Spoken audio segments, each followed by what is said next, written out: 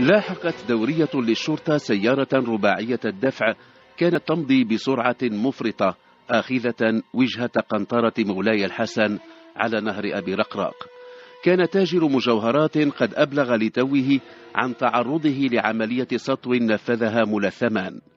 لما استوقفت السيارة عند حاجز أقامته شرطة سلا لم يعثر مع الظنينين على شيء، بينما أقر بأنهما خرقا قانون السير. ملفات بوليسية. القصص التي نقدم لكم هي من صلب الواقع. تعمدنا تغيير أسماء الأشخاص وأحيانا الأماكن، وإذا ما وقع تشابه أو تطابق في الأسماء أو الوقائع فإنه من باب الصدفة ليس إلا. الهداوي واللصوص، الحلقة الأولى. مساء 5 أبريل من العام 2000 بدأ تاجر المجوهرات عبد الرحمن النحاس يجمع ما كان معروضا من حلي في واجهة متجره الكائن بشارع علال بن عبد الله بالرباط. لم يكن فيما يقوم به جديد، فقد دأب كباقي تجار المجوهرات على جمع الحلي المعروضة ووضعها في الصندوق الحديدي خشية تعرض المحل لعملية سطو. وبينما كان يهم بوضع آخر القطع في الصندوق الحديدي اقتحم محله رجلان مقنعان، كان كل واحد منهما يحمل في يده مسدسا. لم يترك له فرصة للاستغاثة أو المقاومة. كان المقنعان قويي البنية، ولذلك تحاشى عبد الرحمن مواجهتهما. وضع أحدهما فوهة المسدس على صدغ التاجر ما اضطره للانقياد والاستجابة. سلمهم ما كان في الخزانة من مجوهرات، وبسرعة وضع تلك الحلية اللماعة في حقيبة جلدية وخرج مسرعين. ركب سيارة رباعية الدفع كانت مستوقفة في باب المحل وانطلق. خرج عبد الرحمن النحاس مهرولا. تمكن من تسجيل رقم السيارة ونوعها واتصل فورا بشرطة النجدة. غير بعيد كانت تمر دورية للأمن الوطني، تلقت الأمر وعرجت على شارع علال بن عبد الله، ثم توقفت عند متجر عبد الرحمن. كان الرجل واقفا بالباب، بدا شاحبا لهول ما تعرض له. قدم رقم تسجيل السيارة التي ركبها اللصان. كان الضابط ينقل تباعا تلك المعلومات إلى قاعة المواصلات. بعد وقت قصير تم الإبلاغ عن رصد السيارة التي كانت تسير بسرعة جنونية. تم ضبطها قرب شارع الجزائر، ثم أخذت وجهة قنطرة مولاي الحسن. لاحقتها سيارة شرطة ولم تتمكن من أن تدركها، وظل الطاقم الموجود على متنها يلاحقها ويتبع وجهتها. عبر قاعة المواصلات تم تدبير وضع حاجز على الطريق التي قد تسلكها السيارة المطاردة.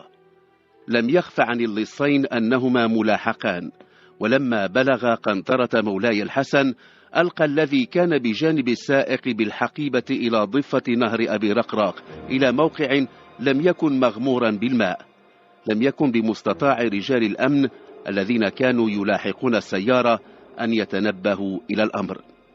عبرت السيارة رباعية الدفع القنطرة. في الجانب الآخر على مسافة نحو 200 متر كانت مصالح الأمن بسلا قد أقامت حاجزا. تم اعتراض طريق السيارة وتوقيفها والقبض على الرجلين اللذين كان على متنها. سيق إلى مقر الشرطة القضائية. وحين تفتيش السيارة لم يتم العثور على الحلي المسروقة. كانت الحجة المادية التي يتوقف عليها إثبات تورطهما في عملية السطو التي تعرض لها تاجر المجوهرات عبد الرحمن النحاس غير متوفرة. العميد محمد الزيات الذي تولى هذا الملف لم يتمكن من الوصول إلى ما يؤسس عليه اتهام الظنينين بالرغم من مواجهتهما مع الضحية. فقد صرح الذي كان يسوق السيارة بأنه كان مستعجلا لقضاء بعض الأغراض، ولذلك أفرط في السرعة وارتكب مخالفة لقانون السير. مضى إلى أنه يقر بارتكابه مخالفة، وأنه لا يعقل أن يكون ذلك سببا لاتهامه بالقيام بعملية السطو. لم يتردد في القول إن ذلك سيكون عملا سخيفا. لم يتم العثور مع الظنينين على المجوهرات المسروقة ولا على المسدسين اللذين قال عبد الرحمن النحاس إن اللصين استعملاهما لتهديده وإجباره على تسليمهما الحلي الذهبية. وجد العميد محمد الزيات نفسه في مواجهة شخصين لا شيء ثابت ضدهما سوى مخالفة قانون السير بالإفراط في السرعة. كان في قرارة نفسه ينزع إلى أن ما يدعيه تاجر المجوهرات لا يخلو من صدق. وضع الرجلين رهن الحراسة النظرية على البحث عن الحلي المسروقة يثمر. ولما انقضت المدة القانونية للحراسة النظرية لم يكن أمام العميد من خيار سوى تقديم الرجلين إلى النيابة العامة. ولما مثل أمام نائب الوكيل العام للملك تمسك بإنكارهما كل صلة لهما بعملية السطو التي يدعيها تاجر المجوهرات عبد الرحمن النحاس. وبالنظر إلى عدم توفر أدلة إثبات فقد قرر ممثل النيابة العامة إخلاء سبيلهما، لكن دون حفظ الملف، إذ أعاده إلى الشرطة القضائية مع أمر بمتابعة البحث. أحس العميد محمد الزيات بثقل المسؤولية التي ألقيت على عاتقه، وفي الآن نفسه كانت بالنسبة له فرصة إضافية لمحاولة إثبات صدق حسه كرجل شرطة. كان شبه موقن بأن الرجلين متورطان في عملية السطو. كان التاجر يقول إنهما وضعا ما استوليا عليه من حلي في حقيبة جلدية، ولكنهما حين أوقف لم يتم العثور معهما على حقيبة جلدية ولا على أي أثر من تلك الحلي التي اختفت. كان اللغز محيرا وكان يؤرق العميد الزيات. كان اللصان لما ألقيا من سيارتهما بالحقيبة الجلدية ينويان العودة إلى المكان واسترجاعها بعد أن يتخلصا من ملاحقة الشرطة، ولم يعلما أن الحقيبة حطت غير بعيد من مكان كان يوجد به أحد أولئك الذين دأبوا على ارتياد ضفة أبي رقراق بحثا عن الديدان التي يقومون ببيعها للصيادين الذين يتخذونها طعما. كان الرجل يدعى المختار بن جابر، وكان معروفا بلقب الهداوي. ما أن رأى الحقيبة حتى أسرع إليها. كان وحيدا في ذلك المكان. تراجع إلى جهة الجسر ثم انزوى بين الصخور وفتح الحقيبة. ذهل لما رأى، إنه كنز حقيقي كذلك الذي ظل يحلم به منذ سنوات بعيدة. وضع الحقيبة في عربة صغيرة كان يحمل فيها أغراضه. في تلك الليلة قال الهداوي إنه لن يتعب نفسه في نبش الوحل لاستخراج الديدان. غادر المكان وتوجه إلى كوخه القريب من ضريح سيدي موسى الدكالي في الحي الذي يحمل الاسم نفسه. لما دخل وأغلق الباب بإحكام وعلى ضوء شمعة فتح الحقيبة وأخرج ما كان بها: دمالج وسلاسل وخواتم من ذهب وأحزمة من ذهب ترصعها أحجار نفيسة. كانت شديدة اللمعان تحت ضوء الشمعة. سافر الهداوي بخياله بعيدا. لم يعد يشتم تلك الرائحة النتنة التي تلازمه كلما مضى للنبش بحثا عن الديدان في ضفة أبي رقراق. لم يدر كم مر من الوقت، ولكنه في لحظة ما استعاد وعيه بالواقع. كانت الشمعة في أنفاسها الأخيرة. جمع الحلي وأعادها إلى الحقيبة. قرر أن لا يتصرف فيها إلا بعد أن ينقضي بعض الوقت ويفكر مليا في مشروع يكفيه بؤس الحياة التي يعيشها. كان ينوي الرحيل عن سلا وضريح سيدي موسى الدكالي، وإلى أن يحين الموعد فقد أخفى الكنز في مكان عده آمنا. لم يكن اللصان يعلمان بالذي حدث بعد أن حطت الحقيبة الجلدية على ضفة أبي رقراق. كان العميد محمد الزيات يرى أن وضع الرجلين تحت المراقبة قد يفضي إلى فك لغز المجوهرات والحلي المسروقة التي تبخرت فجأة ولم يعثر لها على أثر. لم يتردد وعجل بتكليف إحدى الضابطات من مصلحة الشرطة القضائية بتتبع أثر الرجلين. كانت الأنباء تصله متتالية. لما أخلي سبيلهما لعدم توفر دليل مادي يثبت التهمة الموجهة إليهما، أبلغت الضابط عائشة الحمادي عن كونهما أعاد السيارة رباعية الدفع إلى شركة كراء السيارات، وأنهما صارا يتنقلان على متن سيارة صغيرة. سجلت الضابطة التي كانت على رأس فرقة من الباحثين أن أول تحرك للرجلين كان إلى ضفة أبي رقراق. لاحظ من كان يراقبهما أنهما كانا يبحثان على شيء ما. أمضيا زهاء 3 ساعات. في اليوم التالي عاد وقد لبس أحذية مطاطية وصار ينبشان الطمي. بدا لمن يراقبهما أنهما لم يعثر على ما يبحثان عنه. كانت المعلومات تصل تباعا إلى العميد الزيات، وكان يرى في تردد الرجلين على ضفة أبي رقراق من جهة قنطرة مولاي الحسن ما يشجع على إبقائهما تحت المراقبة. كان يظن أنهما أخفيا شيئا ما في ذلك المكان، وأن ذلك الشيء قد يكون دليل إثبات ضدهما. لم يكن ليخطر ببال العميد ولا أي من الباحثين أن ما يحاول الرجلان استرجاعه هو ما سرقاه من متجر عبد الرحمن النحاس. وبالرغم من مرور 3 أيام على إخلاء سبيلهما، وبالرغم من أنهما ظلا يترددان على ضفة أبي رقراق خلال تلك الأيام 3 حيث كان يمضيان الساعات الطوال في البحث، فإنهما لم يعثر على شيء، فقرر أن يسلك سبيلا آخر عله يفضي بهما إلى ما يبحثان عنه. غدا سنعرف ذلك. في النهاية تمكن اللصان من الوصول إلى كوخ الهداوي. تعامل معه بعنف، ولكنه ظل ينكر أن يكون له علم بالحقيبة. تركاه وهدداه بالقتل إن لم يحضر الحقيبة بعد 2 يوم على الأكثر. الخاتم الذي مضى الهداوي يريد بيعه في سلة أوصل الشرطة إلى اللصوص. الهداوي واللصوص، الحلقة 2 والأخيرة. على مدى 3 أيام ظل الرجلان اللذان نفذا عملية السطو على جوهرية عبد الرحمن النحاس يترددان على ضفة نهر أبي رقراق في محيط قنطرة مولاي الحسن. كانا يبحثان عن تلك الحقيبة الجلدية التي ألقيا بها لما كانت الشرطة تلاحق سيارتهما، وكانت تحتوي على كل ما استوليا عليه تحت تهديد السلاح من حلي ذهبية نفيسة. وقد أثار ترددهما على ضفاف النهر انتباه هواة الصيد الذين يرتادون المكان، وبشكل خاص أولئك الذين ينبشون الوحل بحثا عن الديدان التي يتخذها الصيادون طعما. لم يتفطنا إلى أنهما مراقبان. كانت الضابطة عائشة الحمادي التي أوكل إليها أمر الإشراف على مراقبة الرجلين تبلغ العميد محمد الزيات أخبارهما أولا بأول. كان رجالها يأتونها بكل تفاصيل، وكانت تنقلها إلى رئيسها.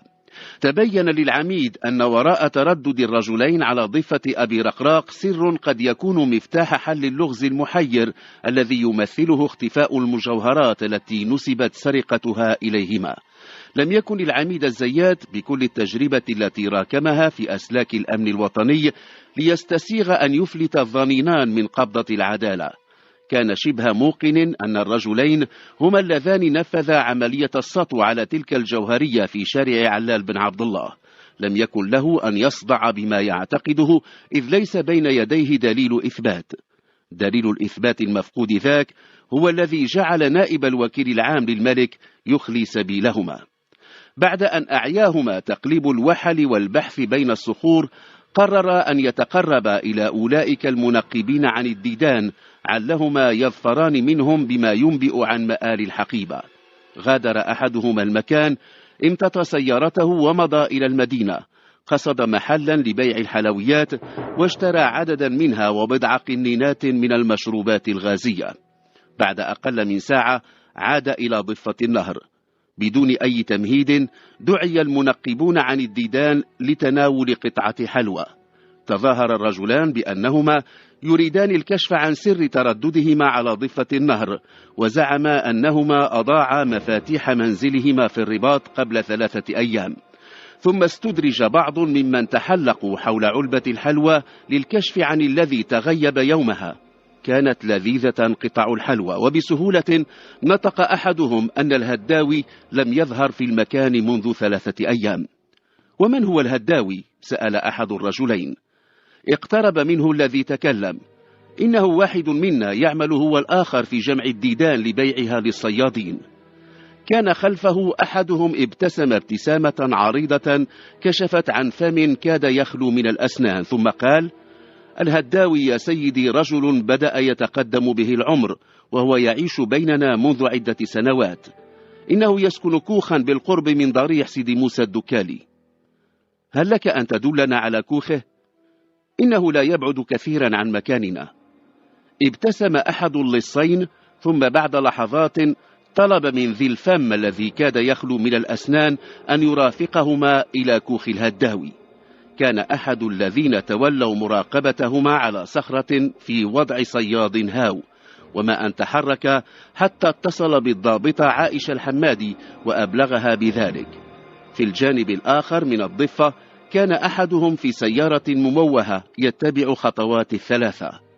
توقف ثالثهم بعد أن أشار إلى كوخ الهداوي. على الفور بلغت الضابطة بالأمر، وقد أول العميد محمد الزيات ذلك باحتمال أن يكون صاحب الكوخ شريكا لهما، أو أنهما أخفيا ما سرقاه من حلي عنده. وبينما استمرت المراقبة اتصل العميد الزيات بدائرة الأمن الوطني في حي سيدي موسى بسلا، سأل عن رجل معروف بالهداوي، وبمساعدة المفتش المكلف بالاستعلامات علم أن الهداوي رجل في عقده السادس معروف في المنطقة، ويأوي ليلا إلى كوخ بجوار ضريح سيدي موسى الدكالي، كما هو حال فقراء ومتشردين كثيرين يقصدون المكان ويستفيدون مما يجود به المحسنون من طعام. في ذلك اليوم لم يطرق اللصان باب الهداوي الذي صار بدوره محط مراقبة من الشرطة.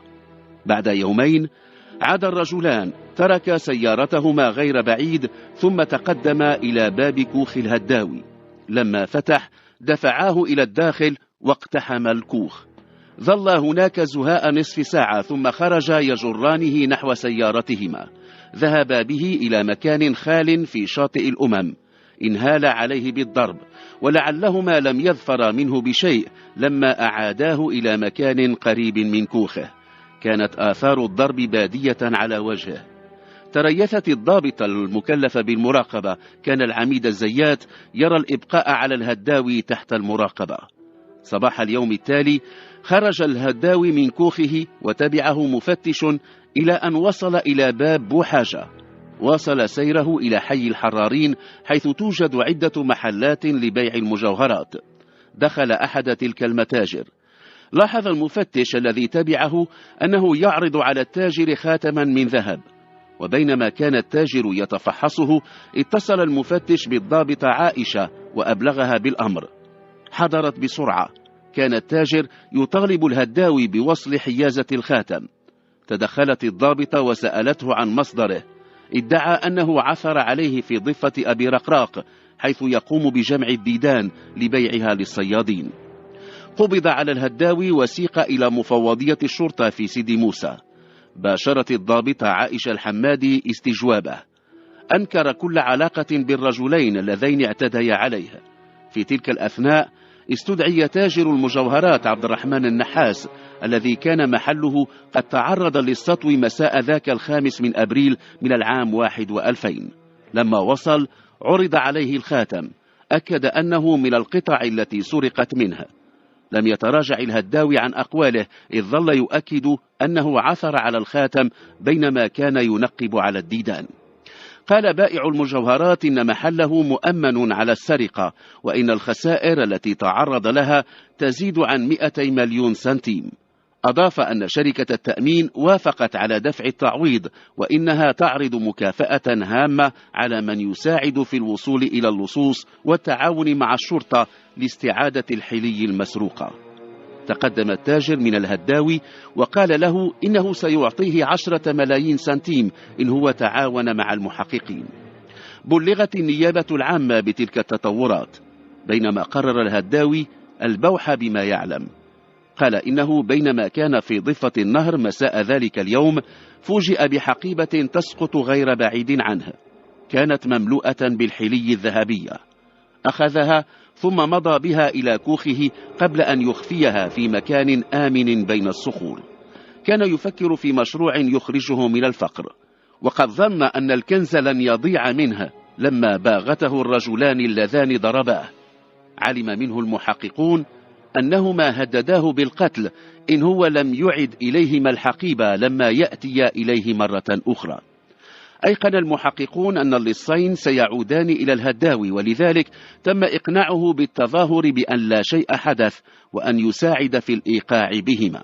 مساء ذلك اليوم عاد إليه، اقتحم كوخه، وبعد دقائق خرج يتقدمهما. توجه إلى صخور قريبة من الكوخ، وقف، كان أحد الرجلين ينهره، ثم وهو يتظاهر بالخوف منهما انحنى ينبش مكانا معينا بين تلك الصخور، فأخرج الحقيبة. انتزعها منه أحدهما بقوة. في تلك اللحظة بالذات ظهر العميد محمد الزيات ومعه الضابطة عائشة ورجالها. تم تطويق الثلاثة، صفد الرجلان واقتيد الجميع إلى مفوضية الشرطة. الآن توفر الدليل المادي الذي يثبت تهمة السطو المنسوبة إلى الظنينين. أحدهما كان يسمى عمر الطانغا ويعرف بالجن، رجل ذو سوابق، والآخر اسمه مروان الشيتا. علم المحققون منهما أنهما تعارفا في سجن الزاكي بسلا، حيث كان كل منهما يقضي عقوبة بالسجن.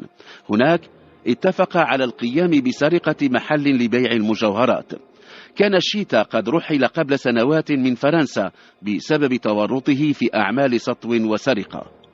تم توثيق أقوالهما وقدم أمام الوكيل العام للملك بتهمة السرقة المشددة والضرب والجرح.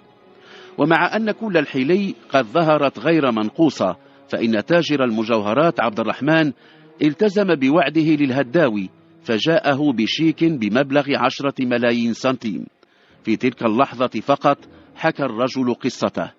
كان بحارا في سفينة غرقت قبالة سلا قبل 20 عاما، كان من الناجين، لم يتمكن من العودة إلى مدينته العرائش، واتخذ من جوار ضريح سيدي موسى الدكالي مستقرا. بعد بضعة أيام مر على متجر عبد الرحمن النحاس، كان يرتدي ملابس جديدة وكانت لحيته مشذبة. جاء شاكرا مودعا. في ذلك اليوم عاد إلى أهله في العرائش. خاتم سليمان، الجزء الأول. في 25 من مارس من العام 5 و2000، وكان يوم الجمعة، دبت حركة غير عادية في أروقة المصلحة الولائية للشرطة القضائية بالرباط. كان الوقت مساء في يوم عمل هو الأخير في الأسبوع. أمر هام استدعى كل تلك الحركة. العميد علال بن دريس رئيس المصلحة رأس شخصيا اجتماعا لم يغب عنه أي من رؤساء الغرف الخاضعين لسلطته. لم يكن اجتماعا عاديا، ولم تكن لهجة الخطاب ودية تماما. بنبرة غاضبة تحدث العميد علال بن دريس: لقد استدعاني السيد والي الأمن وأبلغني أن السلطات العليا مستاءة إزاء تدهور الأمن وتفاقم الإجرام. إن مصالح الشرطة تبدو مكتوفة الأيدي وكأن الأمر لا يعنيها. كذلك قالت الصحف، وقد كاد بعضها أن يتهمنا بأننا شركاء فيما يقع وفيما آلت إليه الأمور.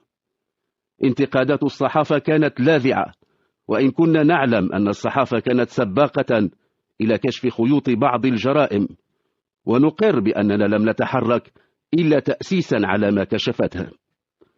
هل يرضيكم أن يبقى الوضع كما هو وأن يتواصل تدهور أمن المواطنين؟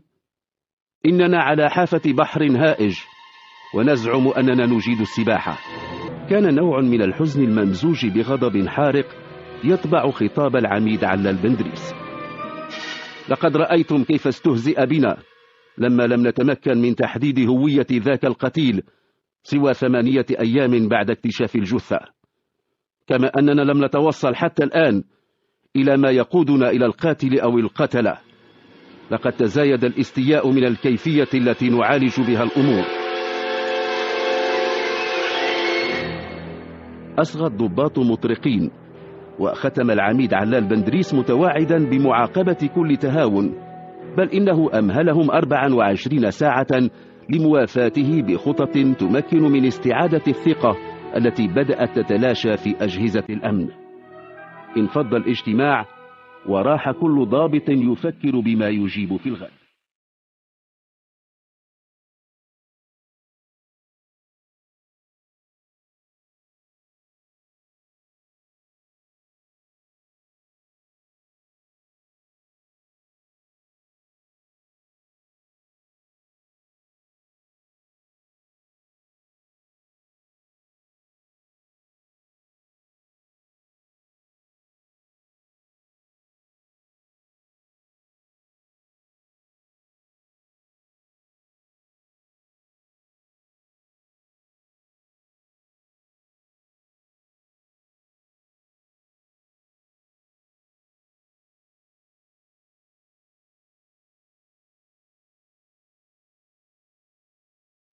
العميد الشاب مصطفى ولد المختار كان بين الرتباء الذين حضروا ذاك الاجتماع العاصف. إنه يرأس منذ بداية السنة الفرقة المكلفة بمحاربة السرقة بالنشل. لقد حرص على السير على خطى أسلافه في ذلك الموقع. العميد ولد المختار كان متخرجا حديثا من المعهد الملكي للشرطة، حيث قضى 2 سنين من التكوين أضافتا إلى مؤهلاته الأخرى. لقد كان حاصلا على دبلوم الدراسات المعمقة في القانون الخاص. مع ذلك فإن تجربته العملية كانت محدودة، ولكن الخطاب الذي تبناه العميد علال بندريس خلال الاجتماع كان من عيار الكلام الذي يشحذ الهمم ويوقظ الغافلين.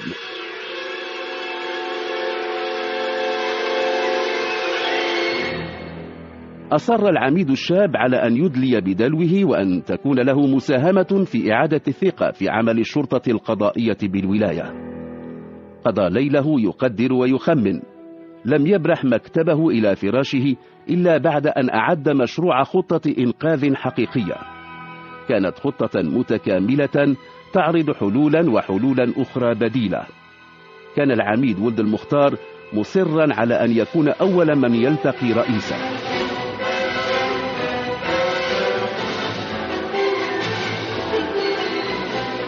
في الصباح في الساعة الأولى كان العميد الشاب أول من حضر إلى ديوان العميد علال بندريس رئيس المصلحة الولائية للشرطة القضائية بالرباط. سلم تقريره المكتوب. تفضل اجلس، قال العميد بندريس.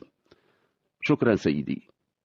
لعلكم تعلمون أنني حديث عهد بالمصلحة، وأن أساتذتي بالمعهد الملكي للشرطة اقترحوا تعييني بها عندما لاحظوا ميلي إلى العمل في مجال الشرطة القضائية. لقد حرصت بعد أن تسلمت مهامي أن أمنح نفسي من الوقت ما يكفي للتأقلم، واطلعت على كل الملفات الموجودة موضوع البحث، كما تعرفت على كل المساعدين. وقد اتضح لي أنهم أغلبهم تخطوا 40، وقد أنهكهم العمل ساعات الليل الطويلة وأطراف النهار، وصاروا غير مؤهلين للقيام بالمهام التي تقتضي ملاحقة المجرمين في الشوارع. تلك مهام يجب أن توكل إلى الشباب.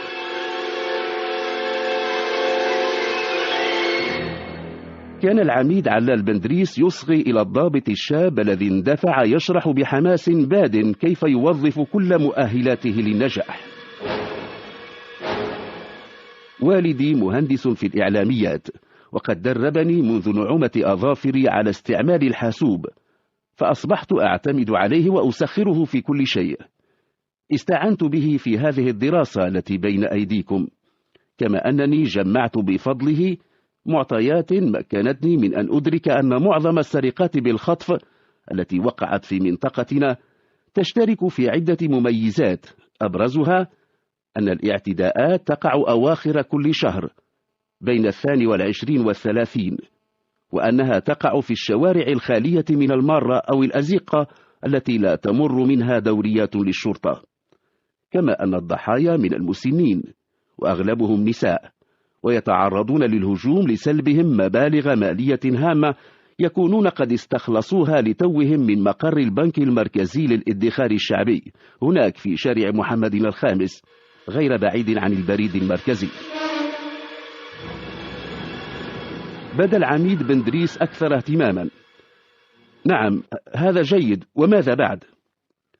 نعم سيدي، هناك المزيد. فضلا عما سبق، يتبين أن الجناة يعتمدون على طرف أو أطراف تساعدهم في تحديد ضحاياهم، ولعل هناك من يترصد الضحايا من بين الزبناء داخل المؤسسة البنكية، ولا أستبعد من فرضياتي أن يكون منهم من يعمل داخل تلك المؤسسة. ما تقوله يحتاج إلى ما يثبته. نعم سيدي، لقد دفعني فضولي إلى أن أنتقل إلى مقر تلك المؤسسة المصرفية، وقمت بالتقاط بعض المشاهد مستعملا هاتف النقال. إنني أقترح على سيادتكم أن تدعموا فرقتي ب3 أو 4 عناصر من الجدد لأقدم على عملية لا أشك في نتيجتها. لم يكن العميد الإقليمي للأمن علال بندريس ليخفي اندهاشه. وعد بعرض الخطة على والي الأمن، وفي الآن ذاته أسر إلى مخاطبه أن يستعد لتنفيذ الخطة ولو لم يتحقق لك ما تطالب به. بالنسبة للعميد الشاب مصطفى ولد المختار، كان في كلام العميد الإقليمي بشارة. غدا سنعرض وقائع العملية، وغدا لنظيره قريب. خاتم سليمان، الجزء الثاني. نجح العميد مصطفى ولد المختار في إقناع رئيسه بالخطة التي وضع لسبر أغوار لغز الاعتداءات التي تشهدها منطقة نفوذ ولاية أمن الرباط، وكانت أغلبها سرقات بالنشل، وكان الضحايا من المسنين الذين يتم الاعتداء عليهم أواخر كل شهر. الاجتماع الذي عقده أمس العميد بن دريس مع مرؤوسيه حمل شحنة قوية.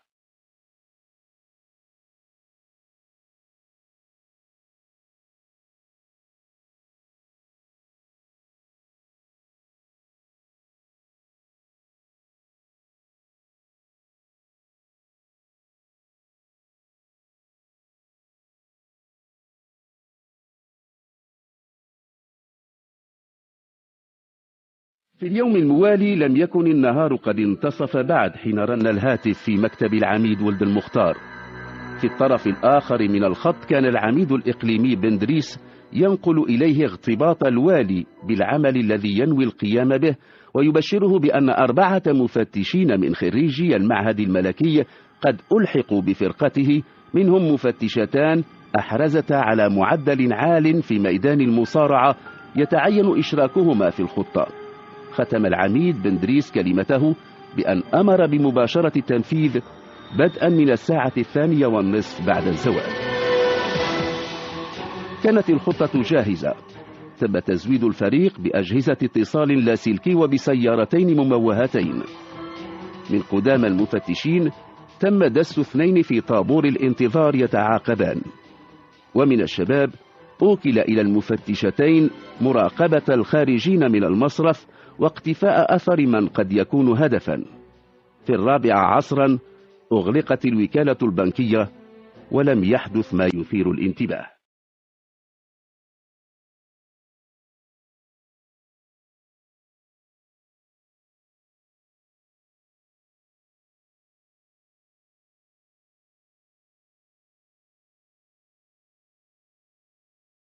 في اليوم الثالث تلقى العميد مصطفى ولد المختار اتصالا من داخل المؤسسة البنكية من أحد المفتشين اللذين يقومان بالمراقبة. لقد لفت انتباه المفتش الاهتمام المبالغ الذي أبدته موظفة البنك حيال امرأة عجوز. قامت الموظفة بإجراء مكالمة من هاتفها المحمول فور أن أحالت العجوز على الصندوق. على الفور أمر العميد ولد المختار مفتشة الشرطة لطيفة بمراقبة العجوز ذات الجلباب الأسود التي تهم بالخروج من الوكالة البنكية. يبدو أنها توصلت بمبلغ مالي محترم.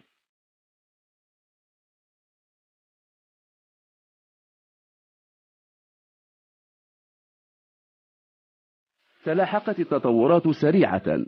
في الشارع ظهر فجأة شاب في العشرينيات يخفي نصف وجهه بقبعة، كان يقتفي أثر العجوز، وكانت المفتشة لطيفة تسير أيضا في خطى العجوز، بينما تلقت المفتشة راضية الأمر بأن تبقى متقدمة الظنين وأن تنتظر التعليمات.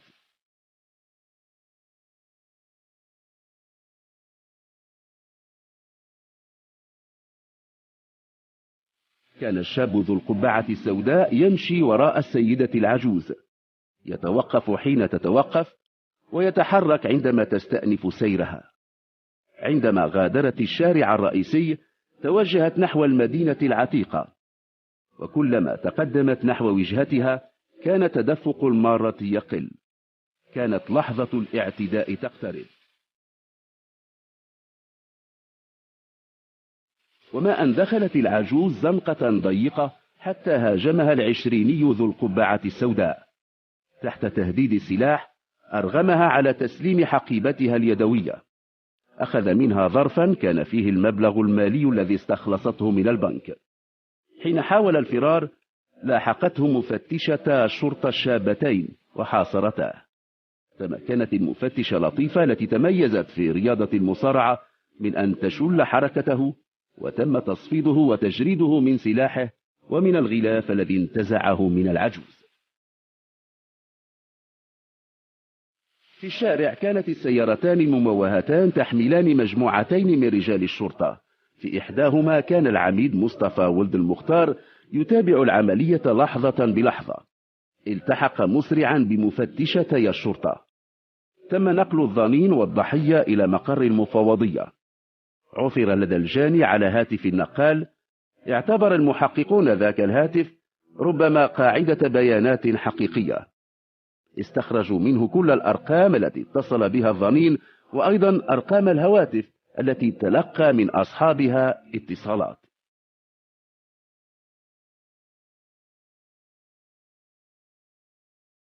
في سياق التحقيق قال الضنين، وتبين أنه يدعى حسن بن محمود، إنه رأى العجوز خارجة من البنك، وإنه اقتفى أثرها بغرض سلبها ما قد تكون تحمل من مال، وإنه إنما قام بما قام به بمفرده، وإنه لا شريك له في كل ذلك.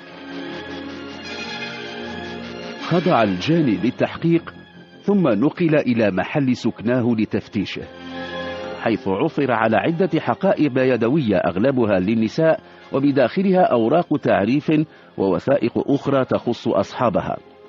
ولما واجهه المحققون بما تم اكتشافه في منزله لم يصمد، واعترف بأن ذلك كان حصاد أعمال سرقة بدأ يقوم بها منذ أكثر من 2 سنين.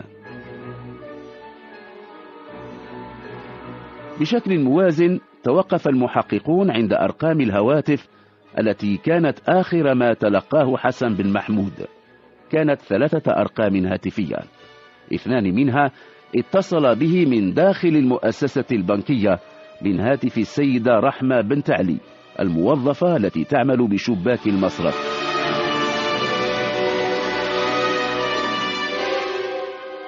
كان العميد ولد المختار قد وعد الضمين العشريني بأن عقوبته ستخفف بقدر ما يدلي به من اعترافات، فأقر بأن رحمة بنت علي موظفة المصرف ترأس عصابة من 3 أفراد، كان هو أحدها. محمود معلومات حول عمل العصابة. كانت رحمة بنت علي مكلفة بمراقبة الحوالات البنكية والتأشير عليها، وكلما رصدت حوالة بها مبلغ مالي هام، والأفضل أن يكون صاحبه أو صاحبته من المسنين، كانت تتصل بفرد من العصابة يكون قريبا من البنك، تزوده بأوصاف المستفيد أو المستفيدة، وأيضا بالمبلغ المالي الذي بحوزته. بقية القصة أنتم تعلمونها، يتم التقفي، فالهجوم، فالسرقة، فالفرار. ولد المختار من الضمين أن يتصل باستعمال هاتفه الشخصي برحمة بنت علي، وأن يضرب لها موعدا يلتقيان فيه لاقتسام ما سلب من العجوز. حضرت رحمة إلى المكان المعلوم في الموعد المحدد، وما كادت تقتعد مقعدها حتى انطبق عليها الفخ. تم تجريدها على الفور من هاتفها المحمول. في ذلك اليوم اتصلت بحسن بن محمود 3 مرات. هو من عائلتي قالت، واتصلت به لأمور تخص العائلة. كان الضابط الممتاز محمد بن بوشتة من تولى التحقيق مع رحمة بنت علي، وبعد أن وقعت على المحضر الذي تضمن أقوالها أخبرها بأنه سوف يرافقها إلى بيتها لإجراء تفتيش روتيني للتحقق مما ورد في تصريحها، ولم تجد بدا من القبول، فرافقها وأعضاء من فرقته. كانت تحدث نفسها بما ينتظرها، كانت خائفة ولم تستطع أن تخفي خوفها. ما أن باشر الفريق عملية التفتيش حتى جاءت الثمار تباعا. تم العثور على صندوق يحتوي على عدة سلاسل ذهبية وخواتم، وكلها لنساء. لم تستطع رحمة أن تقدم إثباتا على ملكيتها بطريقة مشروعة. انهارت وما كان لها أن تتماسك. اعترفت بأنها رئيسة عصابة تتكون من 3: حسن بن محمود، ورضا بن عثمان، وحميد ولد الحداد المدعو بالجنطة. إلى هنا انتهى التحقيق. تبين أن العصابة التي ترأسها رحمة بنت علي كانت تصطاد ضحاياها من بين المسنين الذين يصرفون مستحقات معاش أو شيكات أو حوالات بنكية. كانت رئيسة للعصابة، بل هي عين العصابة داخل المصرف، بل كانت عقلها المدبر. سنرى في الحلقة القادمة أن قصة الخاتم إنما تبدأ حيث توقفنا. خاتم سليمان الأخيرة. في حلقة أمس انتهى التحقيق إلى اكتشاف رحمة بنت علي موظفة شباك المؤسسة المصرفية البنك المركزي للادخار الشعبي. كانت ترأس عصابة تضم 3 رجال يلاحقون ضحاياهم من المسنين الخارجين من المؤسسة البنكية ويسلبونهم أموالهم. كان الشاب العشريني حسن بن محمود أول من وقع في يد الشرطة، وكان من قاد إلى رئيسة العصابة. حينما وجهت رحمة بنت علي بالمسروقات من الحلي وغيرها التي عثر عليها في بيتها، لم يعد أمامها من مجال إلا الاعتراف والتعاون مع المحققين. اعترفت بأن العصابة تضم 3 رجال: حسن بن محمود ورضا بن عثمان وحميد ولد الحداد المدعو بالجانتا. قدمت رحمة بنت علي كل المعلومات عن كيفية عمل عصابتها من موقعها في المؤسسة المصرفية، وبالخبرة التي اكتسبت عبر السنوات كانت تعلم أن المتقاعدات والمتقاعدين يأتون إلى البنك أواخر كل شهر بين 22 و30 من كل شهر لاستخلاص رواتب ومنح تقاعدهم. كانت مهمتها التأشير على الحوالات والشيكات، تطلع على المبالغ وتنظر إلى حال المستفيد أو المستفيدة، تنتقي الضحايا من بين المسنين وممن حوالاتهم مغرية. تفضل أن يكون الضحايا من النساء، مقاومتهن أقل وسلبهن ما لديهن لا يطرح صعوبات كبرى. بواسطة هاتفها المحمول تتصل بأحد رجالها داخل العصابة ليكون على استعداد للمهمة بباب البنك، وما أن تتسلم الضحية مستحقاتها حتى تهاتف رئيسة العصابة الرجل من جديد ليبدأ تنفيذ الجريمة. وحين تنهي عملها في المساء تلتحق به لأخذ نصيبها من المسروق. تتقاسم مع رجال عصابتها المال، وتختص نفسها بالحلي الذهبية، تحتفظ بها لفترة قد تطول ثم تبيعها. الحلي التي تم العثور عليها في ذاك الصندوق بمنزل رحمة بنت علي كانت حليا في قاعة الانتظار. أقنع العميد مصطفى ولد المختار رئيسة العصابة بالتعاون مع المحققين لما فيه مصلحتها. دفعها إلى التعاون لإلقاء القبض على رضا بن عثمان وحميد ولد الحداد المدعو بالجانتا. ووافقت رحمة على أن تضرب لهما موعدين في مقهيين اعتادت أن تلتقي فيهما بأفراد العصابة. كان موعدها الأول 7:30 في مقهى الأصدقاء مع رضا بن عثمان. أخذت مكانها وحولها وبجانبها المفتشتان لطيفة وسعاد. حضور العنصر النسوي لا يثير الشبهة، وما أن حضر رضا بن عثمان حتى أمسك به وصفد بسرعة البرق واقتيد إلى المفوضية. لم تنتهي مهمة رحمة بنت علي. كان موعدها الثاني في 8:00 في مقهى الأمنية مع حميد ولد الحداد المعروف بالجانتا، الذي ألقي عليه القبض بسهولة لا تضاهيها إلا سهولة اعتقال صديقه رضا بن عثمان. تلاحقت فصول القضية بخطى سريعة. في 8:30 كان الضابط الممتاز محمد بن بوشتا في بيت رضا بن عثمان، في حين قرر العميد مصطفى ولد المختار أن يتولى شخصيا تفتيش منزل الجانتا حميد ولد الحداد. في منزل رضا بن عثمان عثر على عدد من الأوراق الشخصية والحقائب اليدوية لأشخاص تعرضوا للسلب، ما جعل الظنين يعترف بكل أفعاله وبمساهماته في عدة اعتداءات بإيعاز من رحمة بنت علي. بدا العميد ولد المختار أقل حظا، لم يجد ما من شأنه أن يقيم أي دليل على تورط حميد ولد الحداد الجانتا. مع ذلك لاحظ خلال تفتيش المنزل وجود عدة بذلات رجالية فاخرة. لم يقم بحجز تلك الملابس، فالتحقيق يتركز حتى الآن على أشياء أخرى. قال الجانتا إنه منذ أن غادر السجن في المرة الأخيرة غير سلوكه وسيرته وصار يتاجر في الملابس، وذاك سر وجود تلك البذلات الرجالية الفاخرة في بيته. رواية حميد ولد الحداد تبدو مقبولة ولا تفتقر إلى منطق يدعمها، ومع ذلك فإن الشبهة تبقى قائمة والأسئلة مطروحة. أراد العميد مصطفى ولد المختار أن يعجل بإتمام الإجراءات. كانت غرفة العمليات خلية نحل حقيقية. حينما اقتيد الجانطة حميد ولد الحداد لأخذ بصماته، لاحظت المفتشة الشابة لطيفة أن بخنصره الأيمن خاتما من المعدن الأبيض، وأنه كان يحاول جاهدا إخفاء الحجر الذي يرصعه. حسها البوليسي دفعها إلى البحث في سر ذاك الخاتم. لما اقتيد الجانطة إلى زنزانته في الاعتقال الاحتياطي، وبعد أن تجرد من أشيائه وقدمها إلى الحارس، وبعد التوقيع على محضر الودائع، طلبت المفتشة لطيفة من الحارس أن يسلمها الخاتم لقاء تسليمه وصلا بذلك. قصدت إلى مكتب العميد مصطفى، وجدته مشغولا بملف الجانطة. إنه مجرم معروف وذو سوابق، ولكن ليس في ملفه اليوم ما يكفي من الأدلة. وضعت المفتشة لطيفة الخاتم أمام العميد مصطفى. أعتقد أن هذا الخاتم ليس من النوع العادي، كان في يد الجانطة. منذ أن ألقيت القبض عليه كان يحاول أن يخفي الحجر الذي رصع به الخاتم. كان يديره إلى داخل كفه ويشدها. وحتى لا أثير انتباهه، لم أتناول الخاتم إلا بعد أن نزعه منه الحارس مع كل حاجاته الشخصية. سيدي، أريد أن أعرض الخاتم على أحد الصاغة خبراء المجوهرات كي يدلني على قيمته وخصائصه. أثبتت الخبرة التي أجريت على الخاتم أنه من المجوهرات النفيسة التي يختص بصنعها معملان فقط.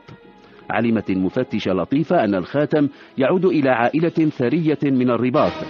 أثناء فحص الخاتم تم تنظيفه وتلميعه، ولذلك لما عادت به المفتشة لطيفة إلى العميد مصطفى لم يخفي مفاجأته. علمت مفتشة الشرطة من صانع الخاتم أنه صنعه قبل فترة للسيدة بن رحال التي أهدته لزوجها عثمان بن رحال بمناسبة عيد زواجهما. في جانب من حلقة الخاتم ضرب تاريخ الزواج. حصلت المفتشة لطيفة على كل تلك المعلومات من الصائغ الذي صنع الخاتم، ومنه أيضا حصلت على رقم هاتف السيدة أمينة بن رحال. بدت الطريق معبدة لقطع شوط جديد في التحري حول سر الخاتم. في المساء اتصلت المفتشة لطيفة بالسيدة بن رحال وحصلت منها على عنوان إقامتها، وضربت لها موعدا في صباح الغد.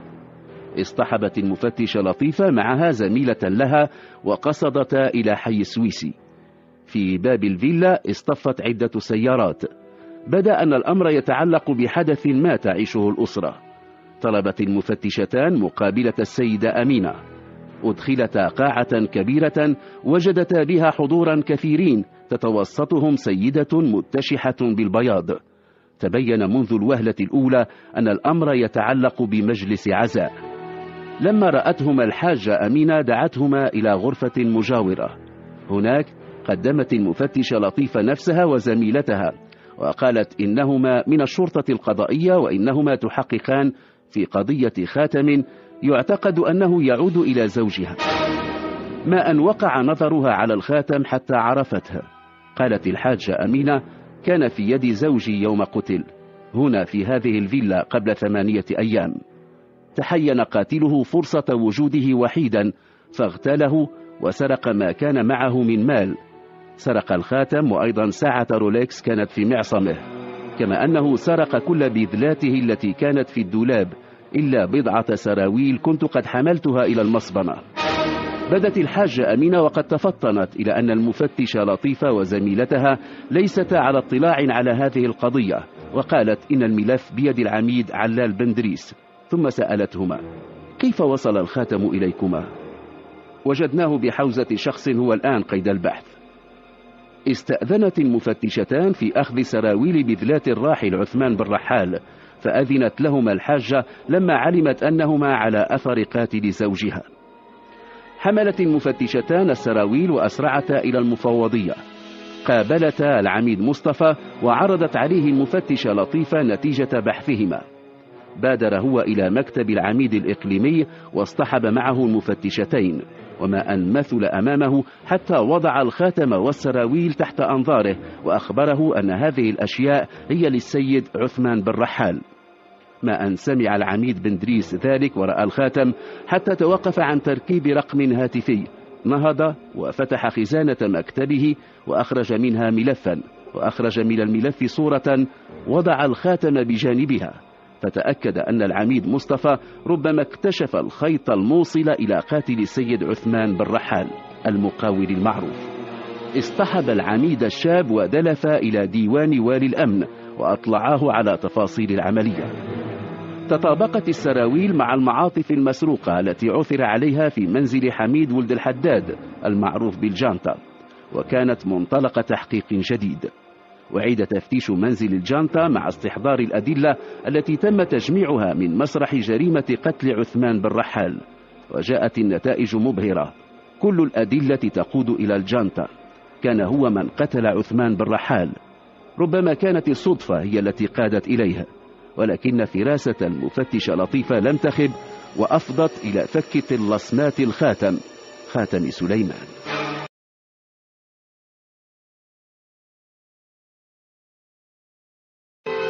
لاحقت دورية للشرطة سيارة رباعية الدفع كانت تمضي بسرعة مفرطة